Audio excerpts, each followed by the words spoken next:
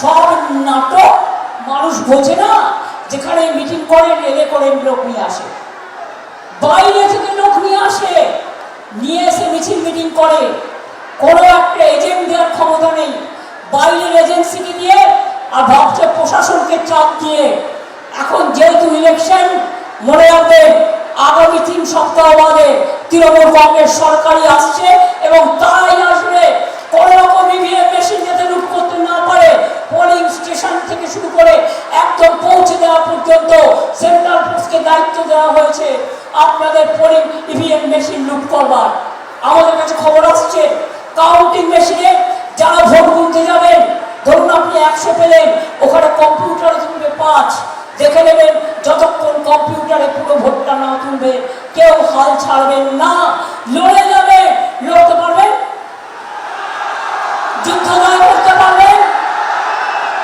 মা বোনেরা সকাল সকাল রান্না করে, ভোটের দিন আর কাউন্টিং এর দিন দরকার হলে রান্না হবে না, আগের দিন রান্না করে ভাতে জল দিয়ে রাখুন, পান্তা ভাত খান। কিন্তু বিজেপিকে শায়েস্তা করার জন্য মা বোনেরা আমার সহযোগী, ভাইরা আপনাদের পাশে থাকবে। আমি যদি যোদ্ধা হই, বোনেরা আমার সহযোদ্ধা, মা বোনেরা আমার সহযোদ্ধা, আর ভাইরা আমার পাশে থাকবে। আমি এইটুকু বলে সবাইকে বলি, এবারের নির্বাচনে বিজেপিকে হারিয়ে আমি দিল্লিতে বিজেপিকে হারাতে চাই।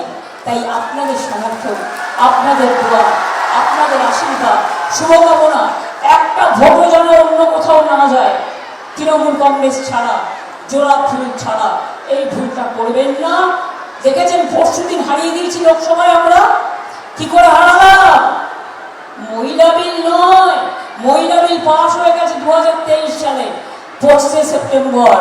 মহিলাদের জন্য নোটিফিকেশন করেনি, সামনে রেখেছে মহিলা, পেছনে ছিল মহিলা। ডিলিমিটেশন করার নামে বাংলা ভাগ করা, দেশ ভাগ করা আর এনআরসি করা।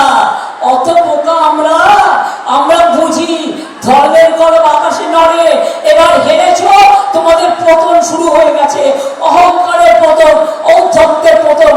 আজকে যারা বিজেপির কথায় চলছে, আমি পরিষ্কার করে দিই, আগামী দিন যেখানেই থাকো খুঁজে বের করবো, আর নারকেলের নাড়ু তো খাও। এবিপি আনন্দ, এগিয়ে থাকে, এগিয়ে রাখে।